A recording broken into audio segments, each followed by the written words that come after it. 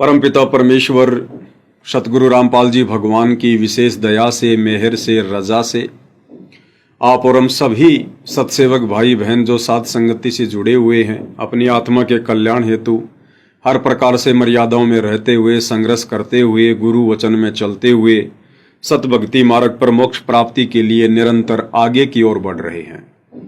भाई और बहनों, पूज्य गुरुदेव भगवान की विशेष रजा के बिना, उनके विशेष सहयोग के बिना कोई भी जीव इस भक्ति मार्ग पर इस कदर मर्यादाओं में रहकर संघर्ष नहीं कर सकता जिस कदर वर्तमान में गुरुदेव भगवान अपनी प्यारी आत्मा सत्सेवकों से करवा रहे हैं। तो ये इस बात का सिंबल है, ये प्रतीक है कि वर्तमान में पूज्य गुरुदेव भगवान की विशेष रजा हम सभी सत्सेवक भाई बहनों पर है, जो भाई बहन मर्यादाओं में रहकर भक्ति कर रहे हैं, जिनके मन में किसी प्रकार का कोई दोष नहीं है, कोई विक्षेप नहीं है, ना भक्ति को लेकर ना भगवान को लेकर। जो आत्मा ना ही कोई मनमाना आचरण करती हैं कि जिस मनमाने आचरण के करने से उनके गुरुदेव की बदनामी हो, ऐसी आत्माओं फिर गुरुदेव भगवान विशेष मेहर बख्शते हैं। तो भाइयों और बहनों, ये कलयुग की बिचली पीढ़ी है और कलयुग की बिचली पीढ़ी में ही परमेश्वर साध संगतियां शुरू करवाते हैं। इससे पहले 3 युगों में, या यूं कहिए कि चौथे युग कलयुग के प्रथम चरण में भी साध संगतियां नहीं होती हैं, क्योंकि साध संगतियां परमात्मा इसलिए कलयुग की इस बिचली पीढ़ी में शुरू करवाते हैं क्योंकि इस समय परमेश्वर ने आत्माओं को हर प्रकार से दृढ़ करना होता है। और आज से पहले गुरुदेव ने केवल आत्माओं को चार्ज करना था, उनका मोक्ष नहीं करना था, क्योंकि वो मोक्ष का समय ही नहीं था। अन्यथा भाइयों और बहनों, जितने अच्छे विकार आज से पहले परमेश्वर की शरण में आई हुई आत्माओं के थे, आप और हमारे भाई बहनों के थे, आप और हम तो आज नेक नीति और ईमानदारी में, शुद्ध आचरण में, उनके भाव में, भक्ति में हम लोग उनके आसपास भी नहीं है, निकट भी नहीं है। और वर्तमान घोर कलयुग में तो विषय वासनाओं की आग लगी हुई है। इंसान को केवल माया, पैसा, धन दिखाई देता है। वो चाहे किसी को ठग के इकट्ठा करे, चाहे चोरी करके इकट्ठा करे, चाहे पैसों के लिए किसी का मर्डर क्यों ना कर दे। धोखाधड़ी, मिलावट, भ्रष्टाचार, रिश्वत, इंसान कुछ भी करने को तैयार है, क्योंकि ये घोर कलयुग है। लेकिन उसके बावजूद भी परमेश्वर रामपाल जी ने वर्तमान समय को ही मोक्ष का समय चुना। क्यों चुना भाइयों और बहनों? क्योंकि जब तक किसी बच्चे का आग हाथ में जल नहीं जाता है, तब तक वो बच्चा आग से बेखबर रहता है। तो वर्तमान में इस काल ने भी पूरा जोर लगा लिया, क्योंकि काल ने भी वचन लिया था परमात्मा से, तो परमेश्वर ने इसके वचन को भी पूरा करना था। और आप और हम आत्माओं को भी परमात्मा खुली आंखों से ये दिखाना चाहते हैं, हमें ये आभास करवाना चाहते हैं कि ये 21 ब्रह्मांड, इस काल का ये पृथ्वी लोक, ये रहने की जगह नहीं है। क्योंकि आज से पहले भाई और बहनों हर तरफ प्यार प्रेम का माहौल होता था, समाज इतना बिगड़ा हुआ नहीं था, लोग एक दूसरे को दुखी नहीं करते थे, बेटा बेटी आज्ञाकारी होते थे, पत्नियां जो है वो पतिव्रता हुआ करती थी, हर आदमी अपना मेहनत करके खाता था, शरीर में इतने कष्ट नहीं होते थे, कोई रोग नहीं होता था, झूठ, छल, कपट, चोरी, जारी, गंदी नजर, ये सब नहीं थे। बिल्कुल जीरो, शून्य, 1-8% बड़ी मुश्किल से। तो इतना अच्छा माहौल, इतना अच्छा वातावरण, बताओ फिर किसको भगवान की पड़ी है? कौन भक्ति करना चाहेगा? कौन परमात्मा प्राप्ति करना चाहेगा? उसको तो यही सारे आनंद प्राप्त हैं, सारे सुख प्राप्त हैं। इसलिए ये आत्मा उस समय शतलोक जाने के लिए तैयार नहीं होती है। और दूसरा कारण, इस कलयुग की बिचली पीढ़ी से पहले आप और हमारे पास में हमारे पूर्व जन्मों की भक्ति कमाई होती है, हमारे पास में ढेर सारे हमारे पुण्य होते हैं, जिस कारण से परमात्मा आपत्ति आने नहीं देता। आती है तो उसका तुरंत समाधान हो जाता है। तो ऐसे में कौन सतलोक जाना चाहेगा, कौन मोक्ष प्राप्त करवाना चाहेगा?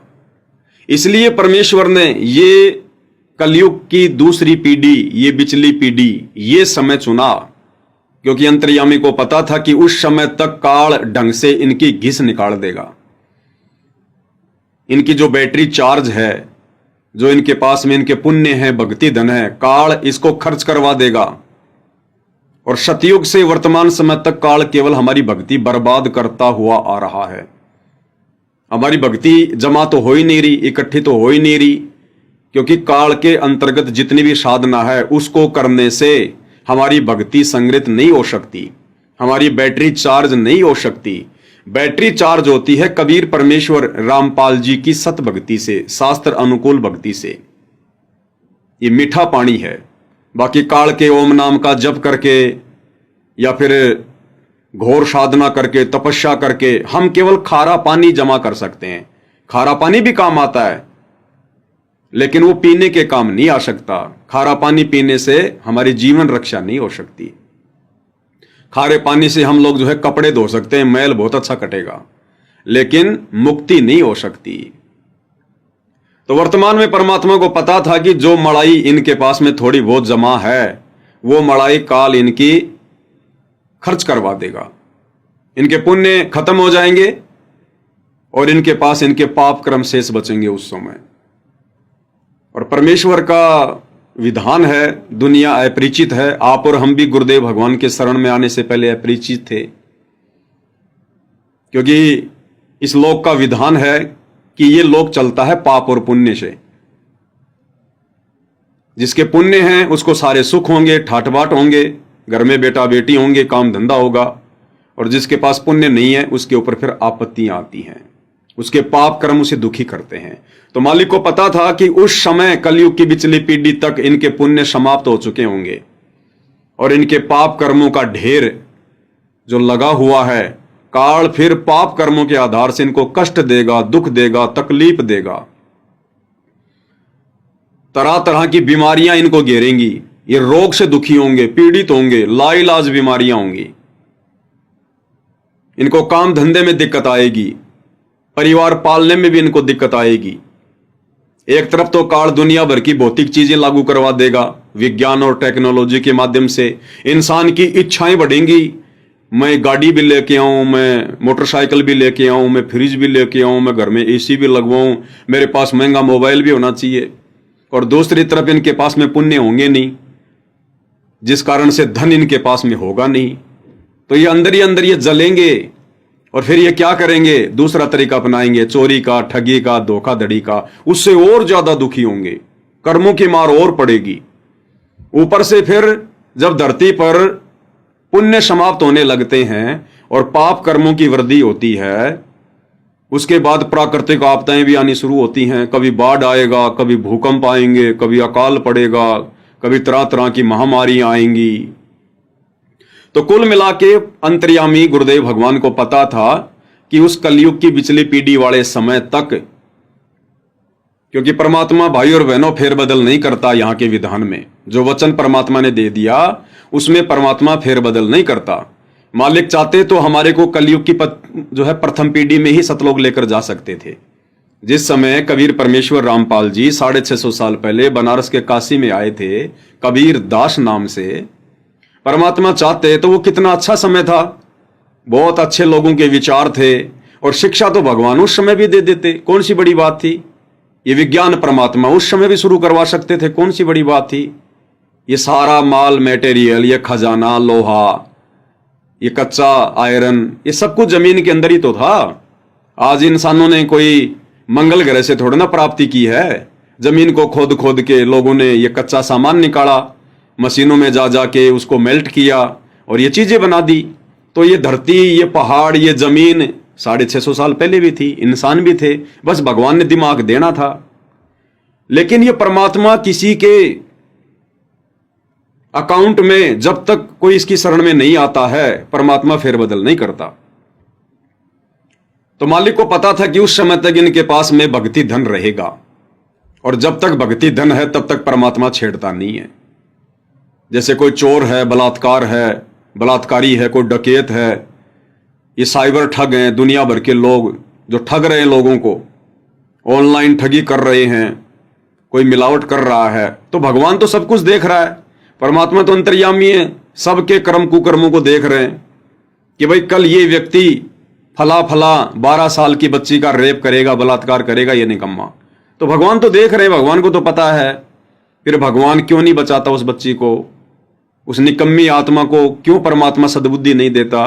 क्योंकि परमात्मा, भाई और बहनों, किसी के भी भक्ति संस्कार में या इस काल के द्वारा जिसके भाग्य में जो लिख दिया गया है, परमात्मा उस समय तक फेरबदल नहीं करेगा जब तक कि वो आत्मा सतगुरु की, यानी परमात्मा सतगुरु रामपाल जी की शरण में ना आ जाए। क्योंकि ये लोक रहने का नहीं है, ये हमारा ठिकाना नहीं है। अगर परमात्मा यही हमें सुखी करता चला गया तो हम कभी भी सतलोक जाने को तैयार नहीं होंगे। तो इस समय के विषय में गुरुदेव भगवान को पहले से पता था, वे तो अंतर्यामी है, इसलिए परमात्मा ने कोई फेरबदल नहीं किया। और परमेश्वर ने आज से पहले केवल हमें 5 यज्ञ देकर, हमें ये भक्ति देकर हल्की फुल्की, परमेश्वर ने हमारी बैटरी चार्ज की अध्यात्म वाली, और हमें मनुष्य जन्म मिलते गए और हम वर्तमान समय तक आते गए। अब उस ठीक का समय आ गया। अब धरती पर पाप कर्म ही पाप कर्म है, पुण्य तो अब बनेंगे जब पूरा विश्व सतगुरु रामपाल जी की शरण में आएगा, शत भक्ति करेगा, घर घर में 5 यज्ञ होंगी, शत भक्ति मंत्रों का जाप होगा, गुरुदेव की महिमा करेंगे, तब धरती पर फिर से पुण्य की वृद्धि होगी। और जब धरती पर फिर से धर्म की वृद्धि होगी, ये पुण्यों की वृद्धि होगी, तो परमेश्वर वैसा ही माहौल बना देंगे जैसा सतयुग में था, त्रेता युग में था। लेकिन वर्तमान में लोग उन्हें पहचान नहीं रहे, लोग उन्हें जान नहीं रहे, मनमानियां ज्यादा कर रहे हैं, पाप कर्मों का दबाव ज्यादा है, संतों का जो है निरादर कर रहे हैं, अनादर कर रहे हैं, जिस कारण से अभी सबके पुण्य नहीं बन पा रहे। कुछ एक आत्माएं आप और हम जैसे लगे हुए हैं, अभी हमारा प्रभाव कम है, धीरे धीरे बढ़ेगा। तो वर्तमान में धरती पर पाप कर्मों की अधिकता है, जिस कारण से अब ये प्राकृतिक आपदाएं तेजी से आएंगी आने वाले 3 से 4 वर्षों में, क्योंकि 2028 युग परिवर्तन का समय निर्धारित किया हुआ है। तो मालिक को पता था कि जब इस आत्मा के ऊपर आपत्ति आएगी पाप कर्मों के कारण, तब ये आत्मा परमात्मा को पुकारेगी, परमात्मा को हृदय से पुकारेगी, रो रो के पुकारेगी। तब इस आत्मा को भक्ति की जरूरत पड़ेगी। फिर इनको ज्ञान दिया जाएगा कि भैया देखो, भक्ति से सुख होगा और कोई तरीका नहीं है धरती पर। और भक्ति बनेगी सच्चे सतगुरु की शरण में आने से। फिर सच्चा सतगुरु तुम्हें शास्त्र अनुकूल भक्ति देगा, यज्ञ बताएगा, धर्म कर्म की जानकारी देगा, सच्चा रास्ता बताएगा। और जब तुम उनके बताए रास्ते पर चलोगे, जो गीता अध्याय 4 श्लोक 34 में लिखा हुआ है कि अर्जुन, यदि तुझे उस सनातन परम धाम की प्राप्ति करनी है, जहां जाने के बाद प्राणी लौटकर कभी इस गंदे संसार में नहीं आता, जन्म मरण के चक्कर में नहीं पड़ता, यदि तुझे उस परम धाम की प्राप्ति करनी है तो किसी तत्वदर्शी संत की खोज कर ले और उसकी शरण में जा। भली भांति उसको प्रसन्न कर, आधीन होकर दंडवत कर, सरलता पूर्वक उनसे सवाल कर, प्रसन्न कर, फिर तुझे वो महात्मा तत्व ज्ञान का उपदेश देंगे। तो इस विधि से भाई और बहनों धीरे धीरे फिर यहां का माहौल सुधरेगा। लेकिन वर्तमान में तो चारों तरफ आग लगी हुई है, अधर्म फैला हुआ है, और ये आने वाले 3 से 4 वर्षों में यानी 2028 तक बहुत तेजी से फैलेगा। तो आने वाले 3 से 4 वर्षों में पाप कर्मों की अधिकता के कारण जो ढेर सारी प्राकृतिक आपदाएं, शारीरिक आपदाएं और ये अकाल जैसी स्थिति बनेगी, तब भाई और बहनों इस आत्मा को परमात्मा की याद आएगी। कष्टों में, दुखों में, परेशानियों में ये आत्मा फिर परमात्मा को पुकारती है, और उसी समय परमात्मा फिर इस आत्मा की पुकार सुनता है। फिर परमेश्वर इस आत्मा को ज्ञान देंगे, फिर भाई बहन सत्संग सुनना शुरू करेंगे, क्योंकि उन्हें पता चल जाएगा कि गुरु तो हमने पहले भी बना रखे थे, सत्संग तो हम पहले भी सुना करते थे, धर्म कर्म तो हम पहले भी किया करते थे, मंदिर में, मस्जिद में, चर्चों में, गुरुद्वारों में दान धर्म भी किया करते थे, लेकिन उनसे हमें किसी प्रकार की कोई राहत नहीं मिली, हमें कोई फायदा नहीं मिला, उल्टी हमारी दुर्गति होती जा रही है। और दूसरी तरफ समय से पहले परमेश्वर रामपाल जी की शरण में हुए आत्माओं के घरों में जो सुख होंगे, जो शांति होगी, उसको देख देख कर भी वो लोग सोचने पर विवश होंगे कि वे भक्ति तो हम भी कर रहे थे और भक्ति ये लोग भी कर रहे थे, और ये लोग ना कोई देवी देवता की कोई पूजा करते, ना ये किसी मंदिर में जाते, ना किसी मस्जिद में जाते, ना ये फालतू में किसी को दान धर्म करते, ना ये कोई ढोलक मंजीरे बजाते, और इनके घरों में इतने सुख क्यों? और हमारे लिए हमारे धर्मगुरु कहते थे कि सनातनी बनो, सनातनी बनो, सनातन धर्म से बड़ा कोई नहीं है, सनातन ही सब कुछ है, हमने जो बता दिया वो ही फाइनल है, ब्रह्मा विष्णु महेश जी से ऊपर कोई भगवान नहीं है, और हम लोगों की दुर्गति होती जा रही है। तो ये भाई और बहनों कई प्रकार के कारण बनेंगे, जिस कारण से फिर लोगों की बुद्धि ठिकाने आएगी, फिर लोग सतगुरु रामपाल जी परमेश्वर जी की शरण में आएंगे, ज्ञान ग्रहण करेंगे, और तब इस आत्मा को पता चलेगा कि मेरा जन्म तो मोक्ष प्राप्ति के लिए हुआ था। इस मनुष्य शरीर का, स्त्री या पुरुष का एक ही मकसद है इस पृथ्वी लोक पर जन्म लेने का, कि इस शरीर से भक्ति करके हम अपना आत्म कल्याण करवा लें, जन्म मरण से पीछा छुटवा लें।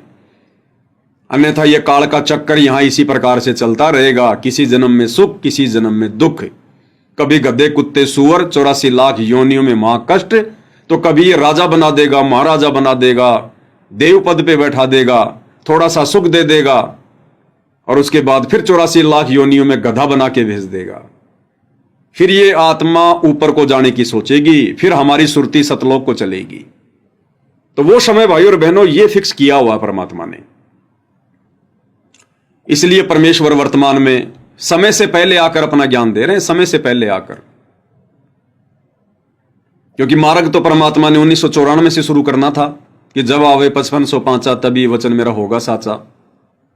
अब 1994 में अपना मार्ग शुरू करेंगे, यथार्थ 13वां कबीर पंथ शुरू करेंगे, तो ये थोड़ी है कि 1994 में सीधे सतलोक से आकर प्रकट हो जाएंगे, 40-50 साल की उम्र में आके प्रकट हो जाएंगे। अगर ऐसा किया तो वर्तमान में काल ने लोगों को इतना झूठा ज्ञानी बना दिया, इतना झूठा स्याना बना दिया कि लोग विश्वास ही नहीं करेंगे, सोचेंगे ये काम तो कोई जादूगर भी कर देता है। हम जादू देखने जाते हैं, जादूगर लड़की को बीच में आरे से काट देता है, फिर जोड़ देता है, एक टोकरी के अंदर मिट्टी डाल के कबूतर बना देता है। ऐसे ही ये कोई छोटी मोटी कोई सिद्धि होगी इनके पास में, जिस कारण से ये प्रकट हो गए होंगे। अब लोग विश्वास नहीं करेंगे इन बातों पर, लोग जादूगर मान लेंगे भगवान को, जादूगर है जादूगर, कोई जंत्र मंत्र जानता है। इसलिए भाई और बहनों परमेश्वर को समय से पहले आना पड़ता है। तो 8 सितंबर 1951 को परमेश्वर कबीर जी, सतगुरु रामपाल जी इस धरती पर प्रकट हुए, गांव धनाना, जिला सोनीपत, हरियाणा, भारतवर्ष में। और परमेश्वर ने एक साधारण जन की भूमिका करते हुए, अपने आप को छुपाते हुए, क्योंकि ये सबसे बड़ा एक्टर है, इससे बेस्ट एक्टिंग संसार में कोई नहीं कर सकता, कोई नहीं कर सकता।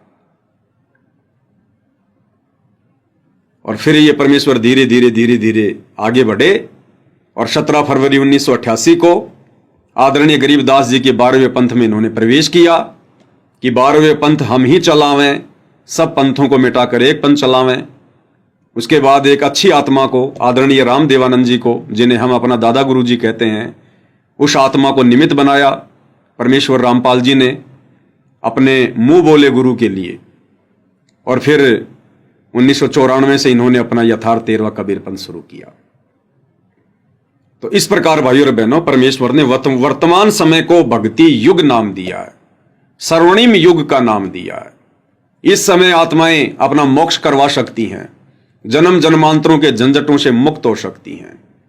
तो यहां पर हमारा चंद आत्माओं का परम सौभाग्य है कि दुनिया जहां अपने परवरदिगार से, परमेश्वर रामपाल जी से पीठ किए बैठी है, अज्ञानता में झूम रही है, और आप और हमें परमेश्वर ने इस अध्यात्म के रंग में रंग दिया है।